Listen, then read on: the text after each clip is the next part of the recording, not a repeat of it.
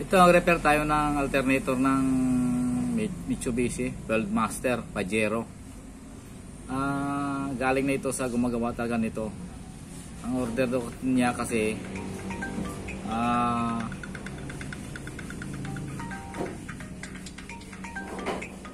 papalit ng rotor. Kasi wala daw mahanap. Alam mo kung magkano ito. Saka hirap hanapin to. Walang vacuum itong klaseng alternator. Kaya ang gagawin natin ngayon, dudugtong natin kasi may ito lang ang wire na photo lang. Halos mga 1.5 inches lang yung ano. Kaya dito idugtong. Tingnan nyo mamaya. Ayan. Nakahinang mo siya oh. Ayan. Ngayon, lalagyan ko pa ng insulation. Ayun. Ihinang ko na lang yan siya. Ayan o. Ihinang ko na lang to.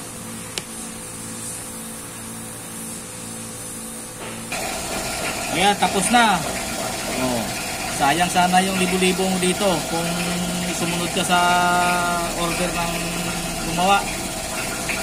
Kaya dapat may option muna kayo para secure kayo sa mga material na ginagamit kung dapat ba palitan o hindi. Ayan, solved na.